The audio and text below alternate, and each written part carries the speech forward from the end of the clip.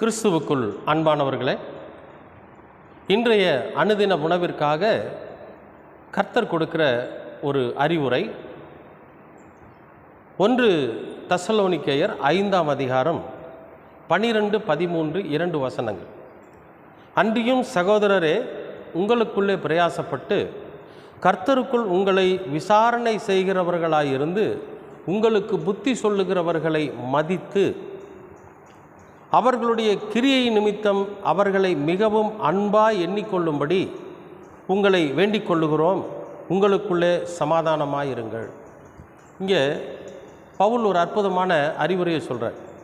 என்னென்னா, உங்களுக்குள்ளே பிரயாசப்பட்டு, நமக்குள்ளே, அதாவது நம்ம ஒரு திருச்சபைக்குள்ளே இருக்கிறோம், ஒரு குடும்பத்தில் இருக்கிறோம், நம்ம ஒரு 10-30 பேர் இருக்கிறோன்னு வைங்களேன். அதுக்குள்ளே ஒருத்தர், அந்த 30 பேருக்குள்ளேயோ 50 பேருக்குள்ளேயோ அந்த திருச்சபைக்குள்ளேயோ கொஞ்சம் பேர் இருப்பாங்க.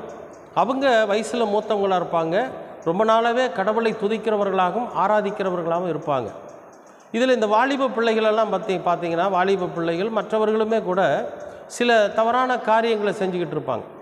அப்போ இந்த பெரியவங்க என்ன பண்ணுவாங்கன்னா, அவங்க மேலே பிரயாசப்பட்டு, ஐயையோ அந்த பசங்கள்லாம் இப்படி வீணாக போகிறாங்களே, இவங்களுக்குள்ளே ஒரு தப்பான காரியம் இருக்குது, அதனால் இவங்க இப்படி போயிடக்கூடாது, இவங்களும் நம்மளை போல் கடவுளுக்குள்ளே இருக்கணும், இவங்க எந்த விதத்துலையும் கெட்டு போயிடக்கூடாது அப்படின்னு பிரயாசப்பட்டு, நம்ம மேலே பிரயாசப்பட்டு கர்த்தருக்குள் உங்களை விசாரணை செய்கிறவர்களாய், அவங்க தேவையில்லாமல் உலக பிரகாரமான விசாரணை கைதிகளைப் போல விசாரிக்கிறவங்களாக இல்லாமல், ஏன் இப்படி இருக்கிறீங்க, கடவுளோட வார்த்தை இப்படி சொல்லி இருக்குது, நீங்கள் செய்கிற இந்த காரியம் தவறாக இருக்குது, இதை நாம் செய்யக்கூடாது, இப்படி செஞ்சீங்கன்னா அது தப்பு, இதை மாற்றி செஞ்சு பாருங்கள், அது சரியான வழியில் இருக்கும் அப்படின்னு கர்த்தருக்குள்ளே, கடவுளுக்குள்ளே இருந்து கர்த்தருடைய வார்த்தையை முன்வைத்து இயேசு கிறிஸ்து எப்படி அன்பாய் அரவணைத்து திருத்தினாரோ அதுபோல் நம்மளை அவங்க விசாரணை செஞ்சு, ஏன் இப்படி இருக்கிறீங்க, எதனால உங்கள் வாழ்க்கையில் இவ்வளோ பிரச்சனை வருது,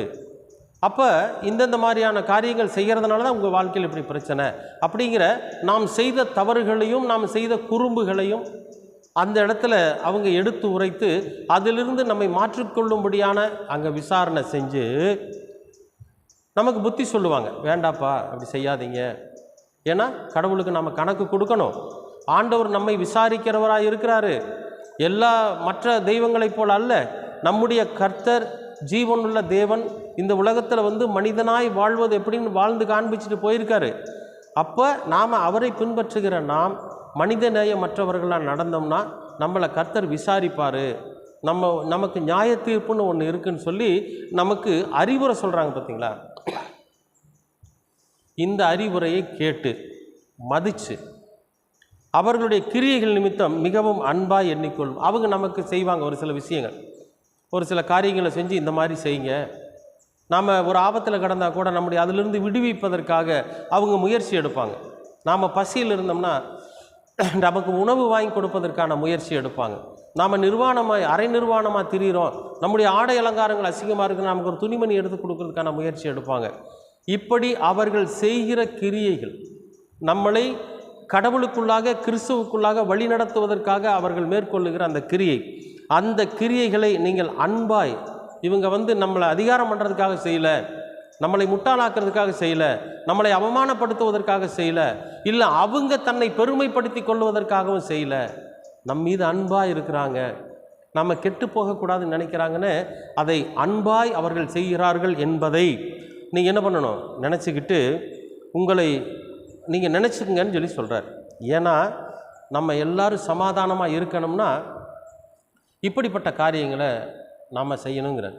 அன்பானவர்களே, நமக்கு இன்றைய காலகட்டத்தில் நமக்கும் சரி, நம்முடைய பிள்ளைகளுக்கும் சரி, நம்முடைய உறவுகளுக்கும் சரி, வாலிப பிள்ளைகளுக்கும் சரி, திருச்சபையில் எங்கேனாலும் அவங்களுக்கு பிடிக்காதது ஒன்று அறிவுரை சொல்கிறது. யாராவது புத்திமதி சொன்னாங்கன்னா அவங்களுக்கு பிடிக்காது. வந்துட்டார், இவர் வந்துட்டார்னாவே இங்கே ஒரே அறிவுரையாத்தான் இருக்கும், பைபிளை பற்றி பேசுகிறது, அடடா ரொம்ப பிரச்சனையாக இருக்குதுப்பா அப்படின்னு சொல்லிட்டு எந்திரிச்சு போயிடுவாங்க. இன்றைக்கி நிறையா நடக்குதா இல்லையா? திருச்சபைகளுக்குள்ளே நடக்குதில்ல, குடும்பத்தில் நடக்குதில்ல. ஆனால் பாருங்கள், பின் நாட்களில் அவர்கள் எல்லோரும் இந்த அறிவுரையை தேடி அலைவாங்க. அன்னைக்கு அவங்களுக்கு கிடைக்காதுங்க. அன்னைக்கு அவர்களை வழி நடத்துகிற ஒருத்தர் இருக்க மாட்டாங்க. அவரை விசாரிக்கிற ஒருத்தர் இருக்க மாட்டாங்க. அவர் மீது அன்பு செலுத்தி நல்ல கிரியைகளை செய்கிற ஒருவர் இருக்க மாட்டாங்க இவங்க தேடி அலையிறப்ப. அதனால நமக்கு அது கிடைக்கிறப்பவே நாம் பெற்றுக்கொள்ளணும். நமக்கு அறிவுரை கிடைக்கும் போதே நாம் அந்த அறிவுரையை ஏற்றுக்கொள்ளணும். நமக்கு ஒருத்தர் புத்திமதி சொல்கிறப்ப அந்த புத்திமதியை ஏற்றுக்கொள்ளணும். நாம் நல்லா இருக்கணுங்கிறதுக்காக நம்மை ஒருத்தர் விசாரித்து நமக்கு நல்ல விதமான கிரியைகளை செய்கிறாங்கன்னா அதை நம்ம ஏற்றுக்கணும். ஏற்றுக்கிட்டு நாம் மாற்றிக்கொள்ளணும். அன்பானவர்களே, நம்ம சமாதானமாக இருக்கணும்னா நம்மளை விட வேதத்தில் அறிவுள்ளவர்கள், நம்மளை விட கடவுளிடத்தில் நெருக்கமாக இருக்கிறவர்கள், அன்றாட ஜெபிக்கிறவர்கள் நமக்கு ஒரு அறிவுரை சொன்னாங்கன்னா, புத்திமதி சொன்னாங்கன்னா நம்ம அதை ஏற்றுக்கணும். நீங்கள் ஏற்றுக்குங்க. ஏன் சொல்கிறேன் அப்படின்னு கேட்டிங்கன்னா, நான் கூட ரொம்ப நாளாகவே அறிவுரைகளுக்கு யாராவது சொன்னாங்கன்னா எனக்கு பிடிக்காது, புத்திமதி சொன்னாங்கன்னா பிடிக்காது. என்னை யார் சொன்னாலும் என்னை அவமானப்படுத்துகிறதாவே நான் நினைப்பேன். ஆனால் ஒரு சில காலகட்டங்களில் நல்ல வேலையாக நான் தேடி போகிறப்ப எனக்கு அறிவுரை சொன்னவர் மறுபடியும் எனக்கு சொன்னார்.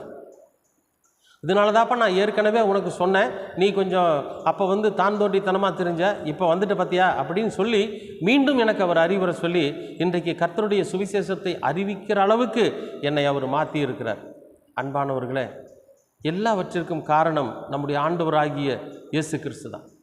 ஒருவனாகிலும் கெட்டு பாதாளம் போவது அவருக்கு சித்தம் இல்லை. அதனால் உங்கள் மீதும் என் மீதும் நம் மீது அதிகப்படியான அன்பு கொண்டு நம்மை விசாரித்து நமக்கு புத்திமதி சொல்லி நாம் சமாதானமாக இருக்கும்படியாக கர்த்தர் நமக்கு நன்மையானதை செய்கிறார். அதை நம்பணும், அதை விசுவாசிக்கணும். இயேசு கிறிஸ்து நமக்கு சொல்வது நம்முடைய வாழ்க்கையின் நன்மைக்குத்தான் அப்படின்னு நம்ம நினைக்கிறப்போ நிச்சயமாகவே நம்முடைய வாழ்க்கையில் சமாதானம் நிலை கொண்டிருக்கும். நம்முடைய குடும்பத்தில் சமாதானம் நிலை கொண்டிருக்கும். நீங்கள் விசுவாசிக்கிறீங்களா? இந்த வசனத்தை நீங்கள் ஏற்றுக்கொள்ளுங்க. கர்த்தர் உங்களுடைய குடும்பத்திலும் உங்களுடைய வாழ்க்கையிலும் சமாதானத்தை கட்டளையிடுவார். கர்த்தர் உங்களை ஆசீர்வதிப்பார். அன்பின் பரலோக பிதாவே, அருமையான நல்ல இந்த அனுதின உணவிற்காக நன்றி. நாங்கள் எங்களை விசாரித்து எங்களுக்கு புத்திமதி சொல்லி எங்களுக்கு நன்மையான கிரியைகளை செய்கிறவர்கள் மீது நம்பிக்கை வைத்து அவர்களை மதித்து அவர்களுடைய வார்த்தைகளை கேட்டு நாங்களும் அதன்படி நடந்து கர்த்தருடைய சமாதானத்தை பெற்றுக்கொள்ள நீங்கள் கிருபை பாராட்டுங்க. எங்களுக்கு முதல் போதகராக, எங்களுக்கு முதல் அறிவுரை சொல்லுகிறவராக எங்கள் ஆண்டவராகிய இயேசு கிறிஸ்து இந்த உலகத்தில் அவர் வாழ்ந்தபோது அவர் சொல்லியிருக்கிற ஒவ்வொரு அறிவுரைகளையும் ஒவ்வொரு புத்திமதிகளையும் நாங்கள் ஏற்றுக்கொண்டு அதன்படி வாழ்ந்து நீர் தரும் ஒரு தேவ சமாதானத்தை பெற்றுக்கொண்டு வாழ நீங்கள் கிருபை பாராட்டுங்க. உங்கள் இரக்கம், கிருபை, சமாதானம் எப்பொழுதும் எங்களோடு கூட இருக்கட்டும். எங்களது இரட்சகர் இயேசு கிறிஸ்துவின் வழியாய் கேட்கிறோம் நல்ல பிதாவே. ஆமேன்.